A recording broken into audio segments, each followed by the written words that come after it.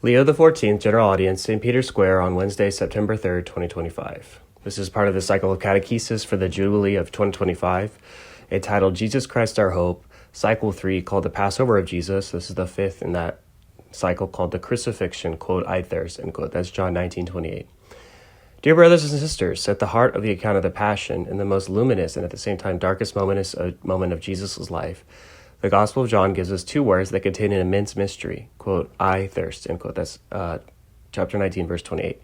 Immediately afterwards, quote, it is finished, end quote. That's chapter 19, verse 30. These are his last words, but they are filled with a whole lifetime, revealing the meaning of the entire existence of the Son of God. On the cross, Jesus does not appear as a victorious hero, but as a supplicant for love.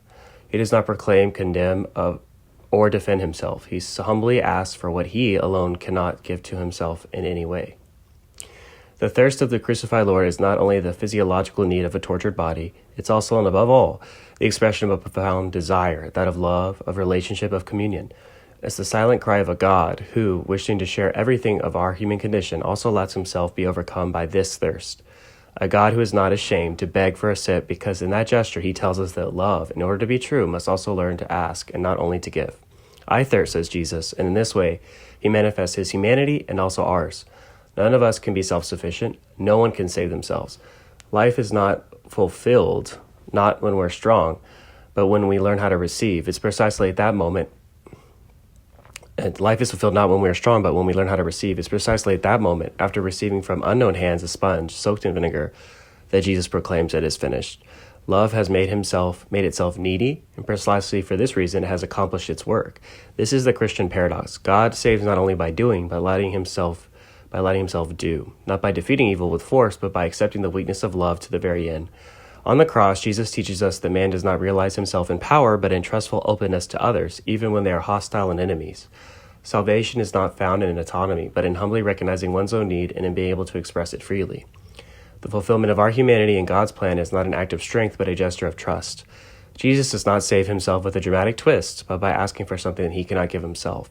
And it's here that the door of true hope opens. If even the Son of God chose not to be self-sufficient, then our thirst too for love, for meaning, for justice, is a sign not of failure, but of truth. This truth, seemingly so simple, is difficult to accept. We live in a time that rewards self-sufficiency, efficiency, performance. And yet the gospel shows us that the measure of our humanity is not given by what we can achieve, but by our ability to let ourselves be loved, and when necessary, even helped. Jesus saves us by showing us that asking is not unworthy, but liberating. It's the way out of the hiddenness of sin, so as to re-enter the space of communion. Ever since the beginning, sin has begotten shame, but real forgiveness is born. We can face up to our need and no longer fear rejection. Jesus' thirst on the cross is therefore ours too. It is the cry of a wounded humanity that seeks living water, and this thirst does not lead us away from God, but rather unites us with him. If we have the courage to acknowledge it, we can discover that even our fragility is a bridge towards heaven. It's precisely in asking, not in possessing, that a way of freedom opens up, because we cease to pretend to be self-sufficient. In fraternity and the simple life, and the art of asking without shame and offering without ulterior motives, a joy is born that the world does not know, a joy that restores us to the original truth of our being. We are creatures made to give and receive love. Dear brothers and sisters, in Christ's thirst, we can recognize all our own thirsts, and to learn that there's nothing more human, nothing more divine than being able to say, I need. Let us not be afraid to ask, especially when it seems to us that we do not deserve. Let us be ashamed to reach out, not be ashamed to reach out our hand. It's right there, in that humble gesture, that salvation hides. Then the Holy Father made this appeal. Dramatic news is coming from Sudan, and in particular from Darfur. In El Fasher, many civilians have been trapped in the city, victims of famine and violence.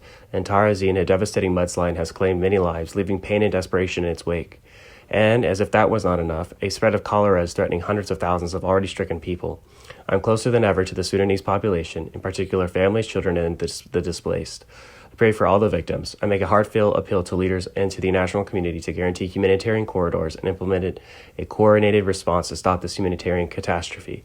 It's time to initiate a serious, sincere, and inclusive dialogue between the parties to end the conflict and restore hope, dignity, and peace to the people of Sudan.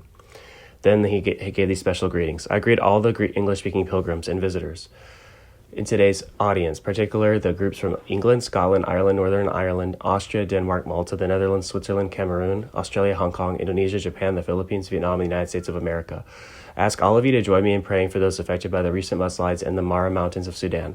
Let us ask the Almighty to grant eternal peace to all who have died, as well as solace and strength to their loved ones. Even in the midst of such tragedies, may we never lose hope in God's love for us. Upon all of you and upon your families, I invoke the blessings of Almighty God.